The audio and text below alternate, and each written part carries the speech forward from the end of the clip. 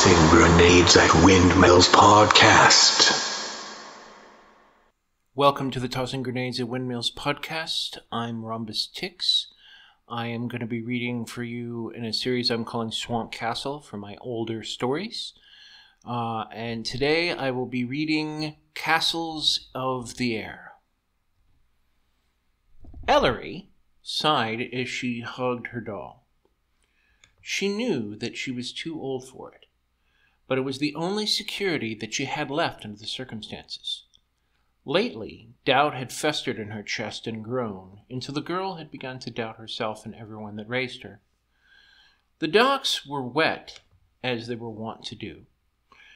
That was where the elven ships had come on their annual pilgrimage to mock the inhabitants of Spielglass.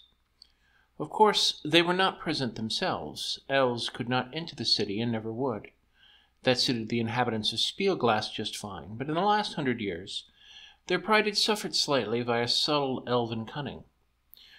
What every other inhuman force in the world had failed to do with blunt military force, the elves had accomplished with kindness. The swan wings unfurled themselves in beautiful silken sail, and Elery and her escort were marched forth.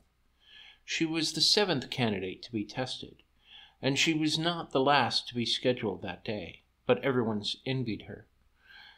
They said that the 7th slot was the lucky slot, for, after all, was not humanity the 7th race? Had not they been favored until they fell? Was that not why all the world hated them so? The gangplank extended like a tendril from the side of the ship. It then bent in right angles until it solidified itself into a white but slick staircase. 2 of the guards went with her up the steps. She could feel the water on the ship's skin, but it was hard to keep up in the white ceremonial shoes that they had given her. Indeed, the entire get-up they made her wear made her feel ridiculous. But human pride demanded nothing less than the best of human craftsmanship when they presented a candidate. 24 steps later, she breathed a sigh of relief as they stepped onto the solid wooden foundation of the ship. Elery watched the ship swing back and forth, with the white sails blocking the sun on the table before her. Every child, indeed every soul in the city, knew what was at that table, or what was on that table. The clockwork avatar beckoned her with a grace fitting its controller. It was tall, at least 9 feet in height, made of shiny brass and bronze gears. A puppet held aloft on invisible strings controlled a league away by its elven master. A windful voice asked, "You are the next candidate for testing?" Elery nodded quietly and quickly. "Please step forward." She began to pray in her mind for blue. Blue was the color the sphere was supposed to turn. It was going to happen. She willed her way upon the world, as the stories told of the mages of old. She simply had to focus her mind, and the world would obey. Of course it was going to turn blue. It was blue for most everyone. And yet, despite all her concentration and prayers, there was a part of her that rebelled. It rebelled because she knew that the false glory of Spielglass was a lie. It rebelled because she knew that humans weren't really better than others on the other side of the wall. It rebelled because she hated being caged and wanted to see the world beyond it. All these thoughts went through her head again and again until she knew it. She had crossed the distance on the ship and placed her hand on the glass sphere. Gold. Gold was not blue, nor was it red. Her 2 guards looked at each other, and the clockwork avatar made a strange laughing noise. "What is this?" Elery felt herself shaking a little from fear. What did it mean? "Touch it again, child. It must be defective." Obediently, she did so. The sphere turned gold. "What does it mean?" the elf asked. Elery shrugged. The elf laughed. "Oh, I like this one. Return her to her family. I will consult with the others on this." The 2 guards grabbed her by the shoulders and picked her up gently. This time her feet did not touch the stairs on the way down. This time she was very firmly in the hands of the guards, but at least she was going home. For now. Elery went downstairs from her room. Her entire family was there. Her parents, 3 of her siblings, and all of her uncles and aunts. They were all staring at her. Some seemed frightened, some seemed envious, and then she saw Hussar Malbon. He looked very serious and somber.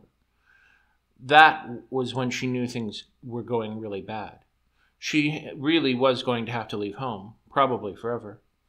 He leaned down and asked, "Have you had very many weird dreams lately, Elery?" She shook her head. "Why so quiet, child?" Her father said. "She doesn't talk." "Can't or won't?" "Won't. Not for a year." He shrugged. "And why is this?" "No one knows."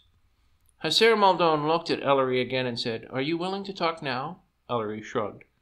Hasser Maldon laughed boisterously. "Well, fair enough.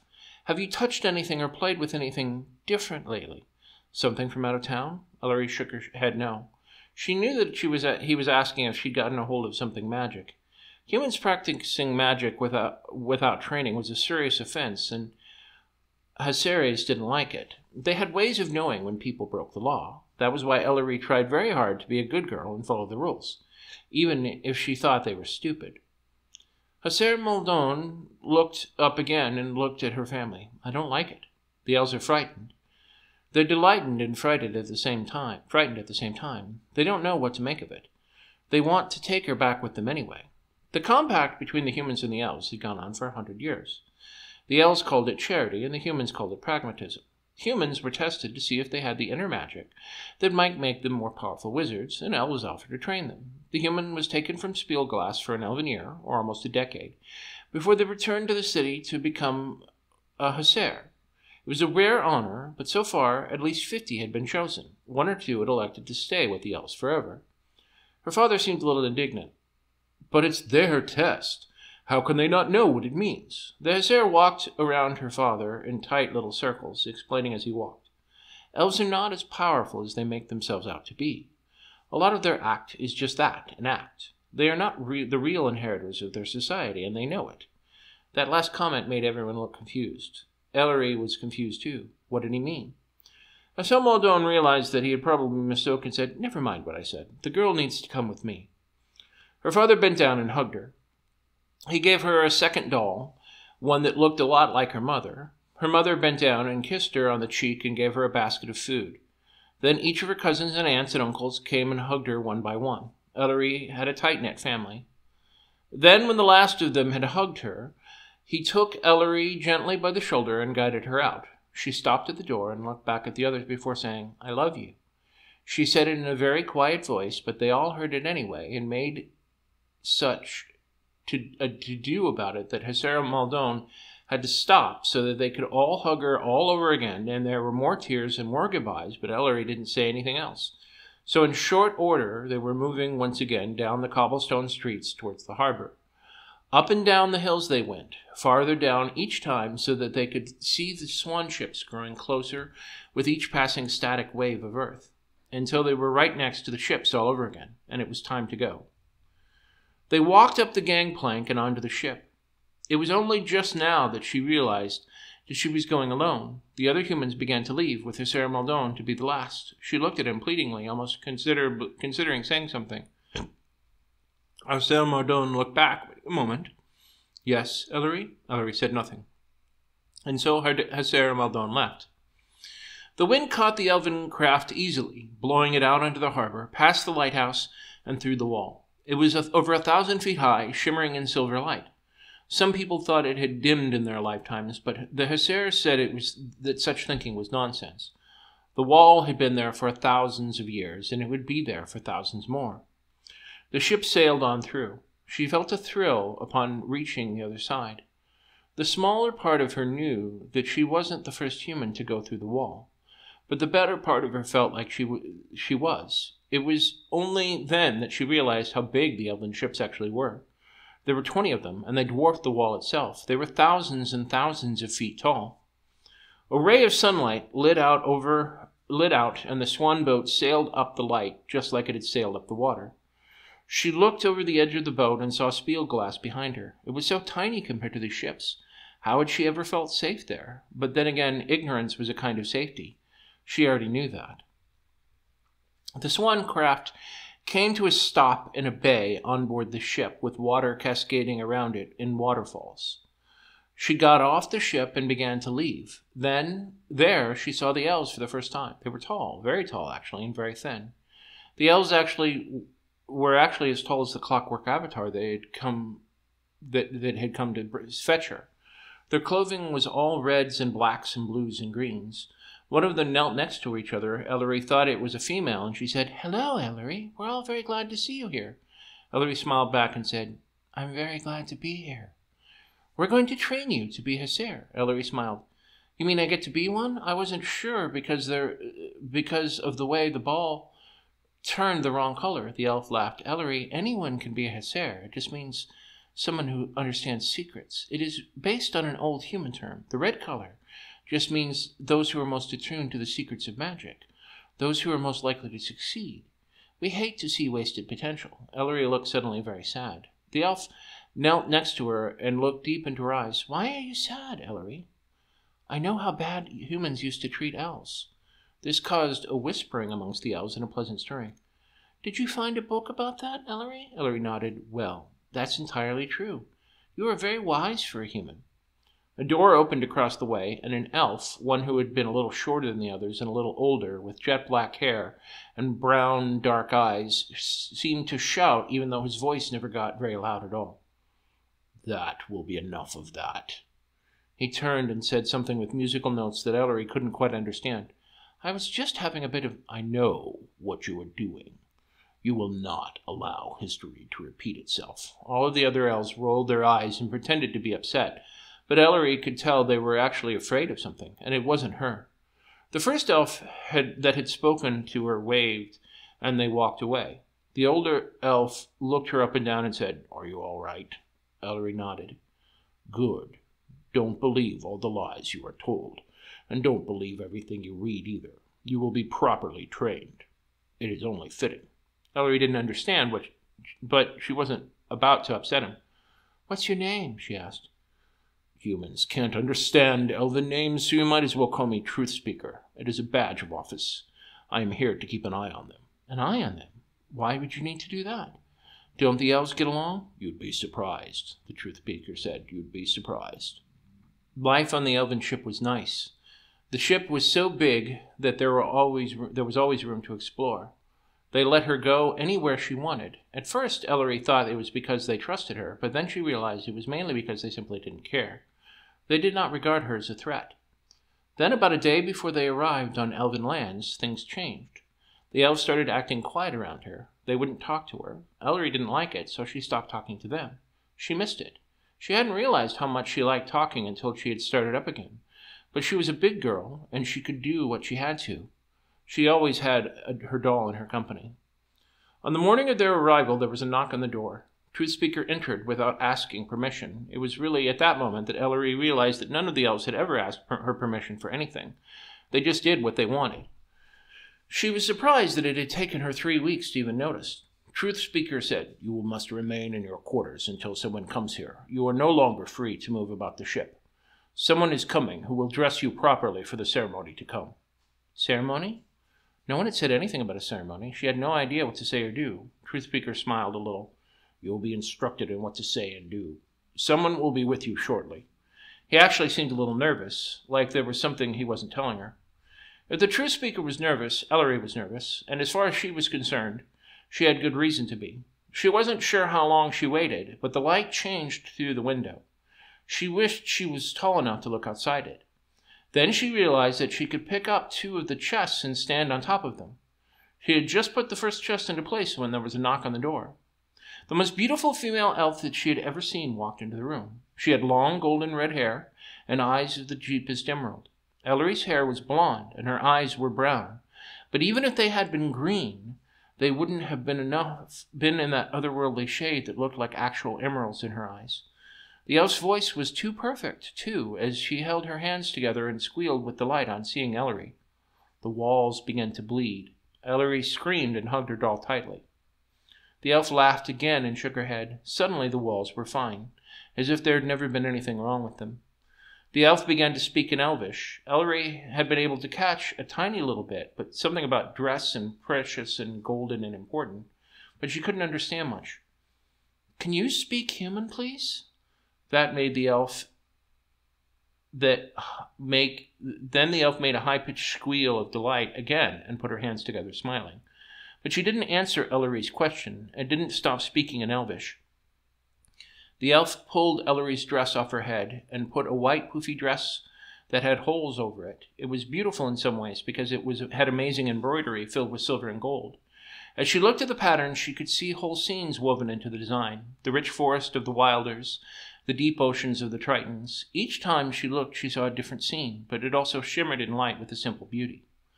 The elf began to dress Elery in all kinds of gems and jewels. She had 3 rings on each hand with a titanic stone on each, the center of which had a different colored fire, like lightning caught in a bottle. She wore a necklace, a brooch, and a pendant, with high white leather boots. She managed to recognize the word dragon and realized that they were white dragon leather. The dress was accompanied by a rich white and gold cloak and some strange but very tall hat. She imagined she looked beautiful, but it was hard to tell because she could hardly move at all due to the clothing she was wearing. In fact, it was a little hard to breathe. She tried to speak to the elf, but found she could barely make a sound. The elf pushed her onto an extremely ornate and beautiful palanquin held by 4 apes who lifted her off the ground. She was barely able to notice the details because it took all of her concentration simply to breathe through the heavy layers of clothing. Each time she tried to loosen one of the threads around her, the elf smacked her hands away. She inhaled the fetid vapors of incense that filled the room. The elven city was frankly overwhelming to her. She saw tall pillars and columns. She saw floating buildings that moved slowly in impossible patterns. The entire city was a vomit of bright clashing colors that took in images of living things and historical symbols and smashed them together in a brilliant display of confidence that only the elves could muster. Wealth was on display everywhere, with gold and silver trim on marble walkways. Enchanted granite constituted the base of most of the floating buildings, with invisible palanquins borne by a dozen air spirits crowding the skies. Above all, a translucent dome protected the city from anything that might harm it. Strange lights and colors danced and played on the edges. Her head felt so light that she wasn't really sure what she was imagining and what was real. Dozens, then hundreds, then thousands of elves began to come to the edges of each of the buildings to watch the gaudy red and orange palanquin that carried her and her guardian towards the tallest building the elves had in the center of their city. Something bothered her. She knew that she had forgotten, and then she remembered. She had forgotten her name. In fact, she barely even had the mental capacity to remember what her name was. As she fought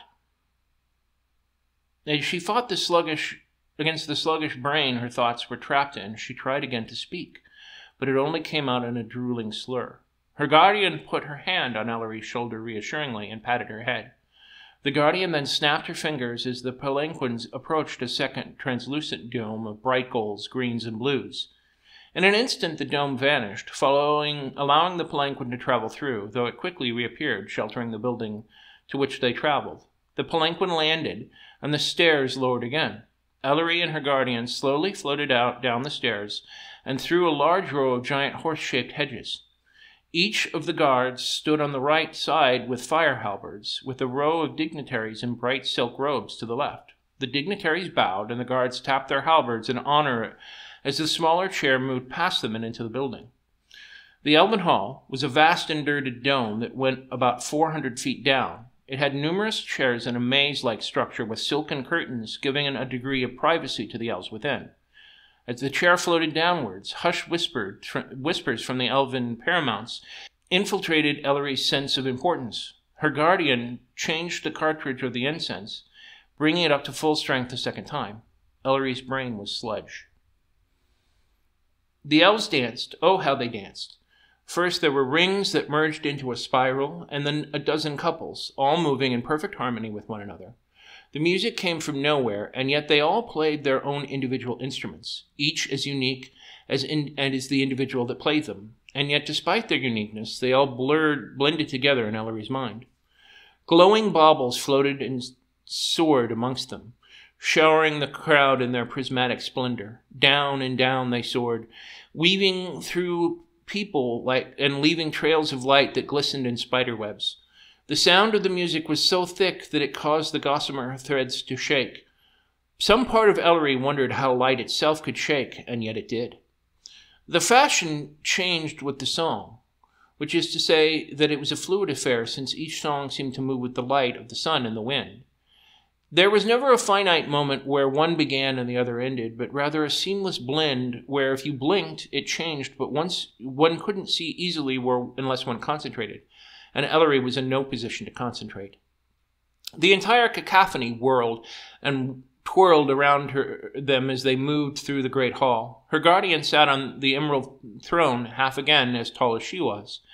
Elery herself sat on top of a raised pedestal of marble, a quarter the height of the throne. The cushion on it was quite comfortable, but it had no back, and she was forced to lie down and use her arms to prop herself up. One by one, the elves in the merriment came by, offered her food of every kind and description. She felt quite compelled to eat it, and it was delicious. While she ate, 3 of them began working with her hair, putting it in ribbons of pinks and greens. She felt something make it rise, so it twisted over her head like a cobra. All the while they were laughing. They laughed and laughed and laughed at some joke that Elery didn't get. But with the food and the lights and the incense, she thought she got it, laughing along with them. It was so funny, whatever it was. And then there was a thunderclap. All the music and merriment stopped. Everything was still for a perfect moment. The elves looked around nervously, as if looking for something that never came. They moved with wire-like tension, ready to bolt at a moment's notice, but instead slowly melting into the shadows as if they had never been there. And the shadows in the chambers grew long as the lights flickered out one by one, until there was only a thin candle-like flicker on the chair next to the pedestal. Her guardian was the last to leave. She looked askance around the room as if expecting something. She was quite nervous. She had a mix of perfect anger and fear on her face. Elery wanted to ask her what was wrong, but she found that she couldn't find the words. At last, her guardian left. And then the lights slowly began to return and the doll entered. At least, it seemed like a doll at first. It was short, only about 4 feet tall, with extremely large eyes, about 3 times as large as hers. The irises caught her attention the most, for they were prismatic, like caught rainbows. Its skin was pale green, but its face was wrinkled. Indeed, as it got closer, she realized that it was incredibly old. The hall looked like a regular room at this point, albeit incredibly large, with immaculate carvings around it. Her head began to clear as well as she realized that somehow the incense had pulled itself out. It shuffled along, an expression of mild distaste on its face until it stopped in front of the pedestal and looked up at her expectantly. Elery climbed down. Hello. My name is Clorance. I am one of the Sopensen. Elery vaguely remembered hearing something about them. They were powerful beings associated with the ancient times before Spielglass became isolated from the rest of the world. Ancient even before that, but that was about all she knew about them. It turned to her and said, I must apologize for them. They think we have made them what they are, and so, like primitive children that they are, they believe they do to humans the same thing they think we did to them. They think it pleases us. The truth is, they did it to themselves. He slowly began to hobble toward an exit. Elery scratched her head. Do what? You still don't realize, do you? It looked at her sadly, then smiled thinly. Realize what? It doesn't matter. What matters is getting you home. You've given them hope. Hope? The test that they give is to determine magic use, but it is very old and very sophisticated. We developed it for humanity a long time ago, and it doesn't just test for proficiency in magic. You are a prophetess, at least you theoretically could be if Sa and Fa bothered to play the game again. They walked out of the room and down the long walk before they back to the ship that she had come from. I don't understand. I imagine that there's a great deal you don't understand, and honestly, it isn't important that you do. What matters is that you tell no one about your experience here or anything I've told you when you return. It is for your own good.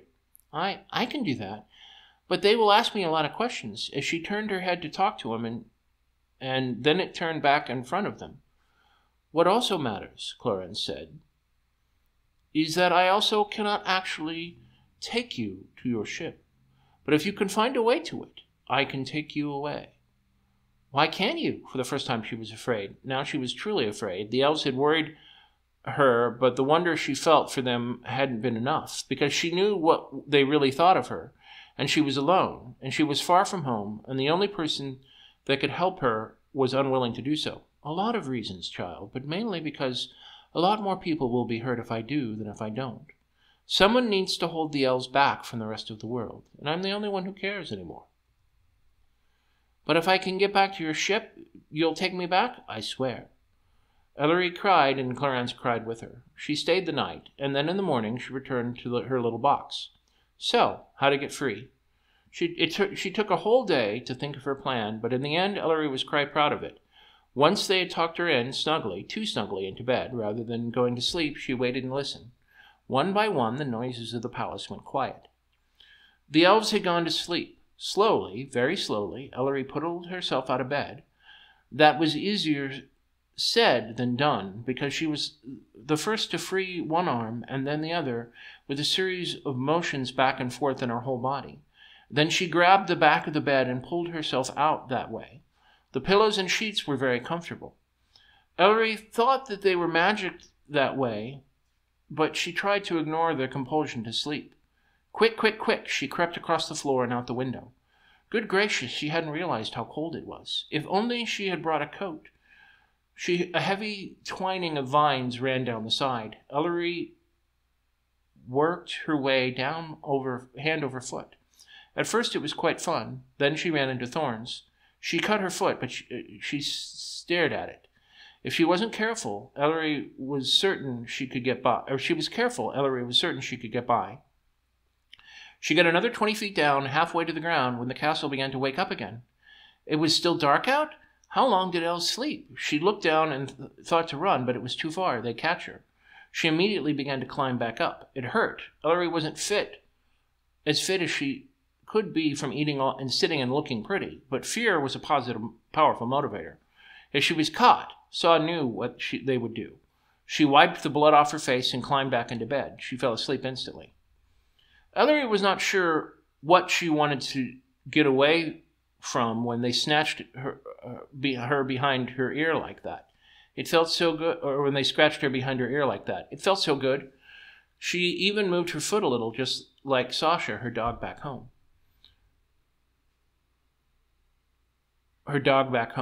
Elery didn't exactly know how many days it had been since her last attempt, but she knew that it had been many. Thanks saw that Clarence's ship was still out there. It gave her hope to look at it. She carefully thought about what had caused her failure the last time and realized it had been a large part about her ignorance of the city. If only she had known more about the place, she could have gotten away. And thanks to her training, she could read Elvish. Mimilia, her maid, uttered with delight when she asked for a book. "What would a human want with an elvish book? I'd like to learn more about elves." "Well," she giggled and flipped her long braided hair round, "I can answer any question you like." "What if you're not here to answer? You could remember and ask me later. Humans are forgetful sometimes. I might forget to ask you." Mimilia thought about that for a short while and then curtsied. "Why, I'd be delighted to get you some books." "Oh, what kind?" "Oh, all kinds, especially about the city." Mimilia beamed. "Of course." And soon Elery began to get her books. There were so many books in the world. It was all confusing. Books on history, books on geography, books on magic, books on politics, books on animals, books of stories, books of fables, books of clothing, books of fashion, books about books. They started calling her the little bookworm, but she kept reading. It began to hurt. She never saw Clarence. In fact, she really had no friends at all. It was very frustrating. It wasn't that Elery didn't try. It was that they didn't see her as one of them, so they didn't bother. After a month of reading, she finally found a map of the city. The twists and turns hurt her head, but she finally found a route through some tunnels under the city that would probably work. But how would she get there? Climbing to the wall had been a terrible idea. The maid provided the answer. "What if there's a fire?" Mimilia clucked disdainfully. "Stop thinking such unpleasant things. Of course there won't be a fire." "But what if there was?" "There won't be, but what if there was?" Mimilia sighed and then said, "Then the guard would fly here and put it out." "But what if they didn't get here fast enough?" Mimilia pointed to a small box on the wall and opened it. Inside was a small pink and orange ring. "Put it on and you will float gently to the ground. Your dress has protective spells in it, too. We don't want anything to happen to you." Elery curtsied gratefully. "Much obliged. I wouldn't want to die in the fire." After a gentle pat on her head and a wink, Mimilia glided out of the room. So, once again, she waited until it was dark, and then grabbed the ring and leapt out the window. It turned out that her dress did indeed have a lot of protective spells, because it turned into a tiny parachute when she went even slower. When she finally reached the ground, she found an elf hole cover and pulled it up. It was very heavy, but she eventually did it. The elven sewers were big and shiny and clean. They were nothing like the smelly, filthy, dirty human sewers of Spielglass.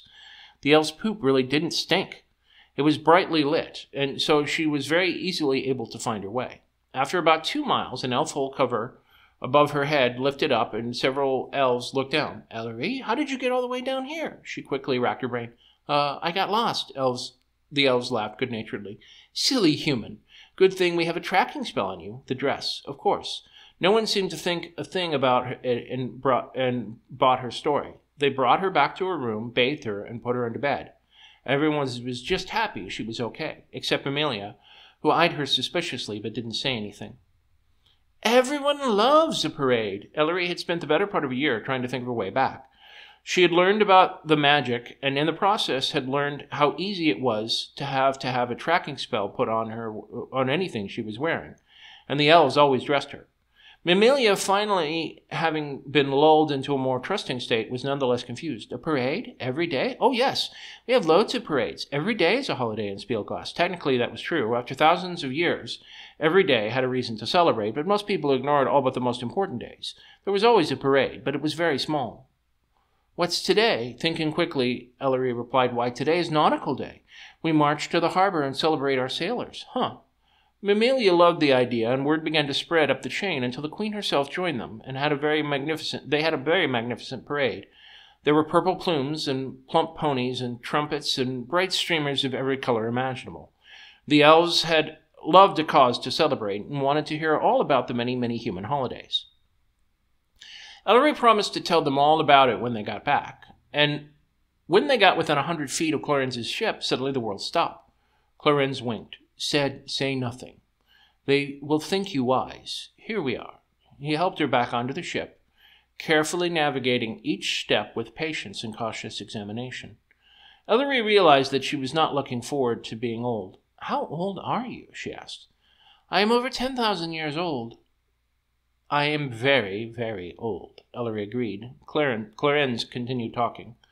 The ship will take you home. Remember, it is very important that you tell no one what happened here. Promise me. Elery said, I promise. It wasn't that hard. She really didn't understand any of it. Clarence nodded and began stepping off the ship. As he did, each step disappeared behind him, and the ship slowly began to rise into the air. Elery waved, but as she did so, he slowly turned around and gave her a single motion of his hand, and then they went home.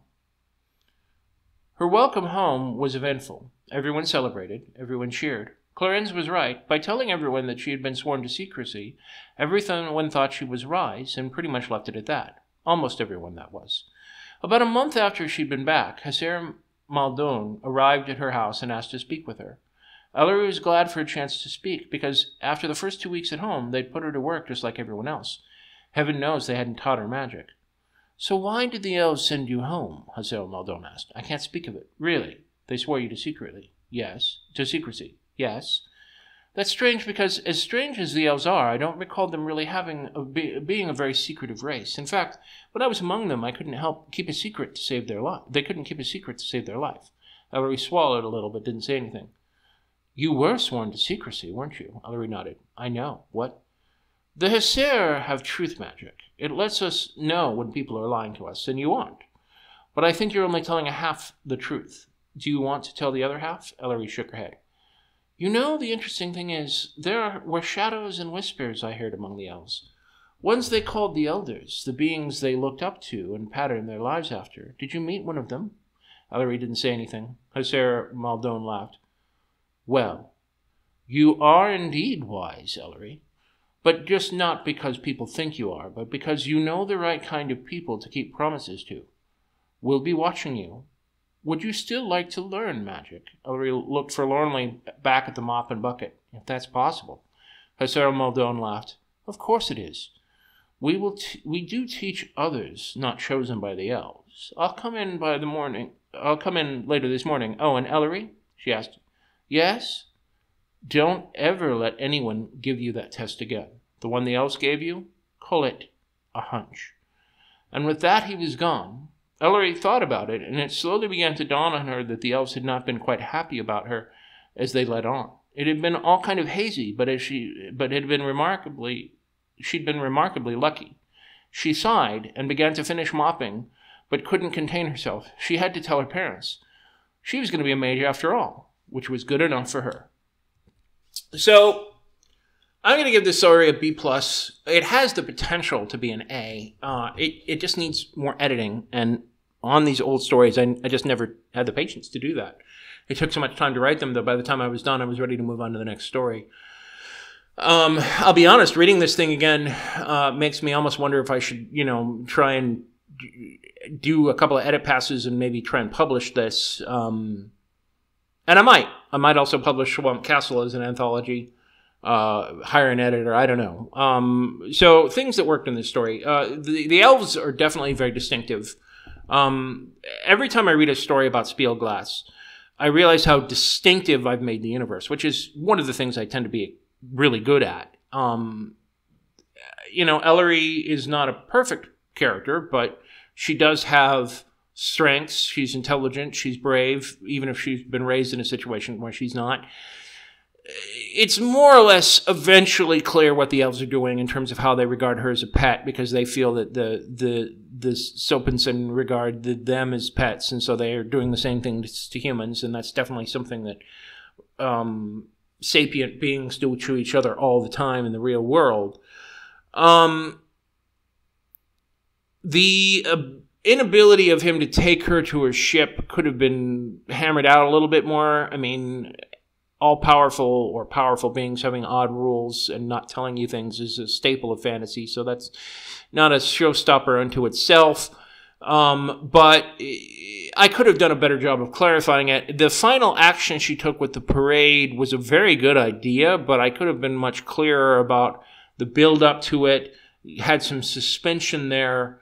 There's just a couple of little things that could be added to this story to vastly increase the quality of it.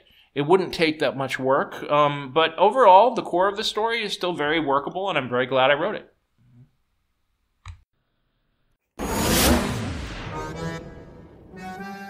This has been the Tossing Grenades at Windmills podcast. Buy my book, Have Name Will Travel, at Amazon and other markets.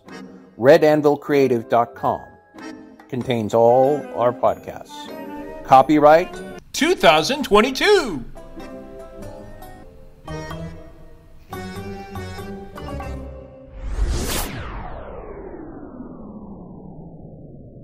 To fight the forces of evil!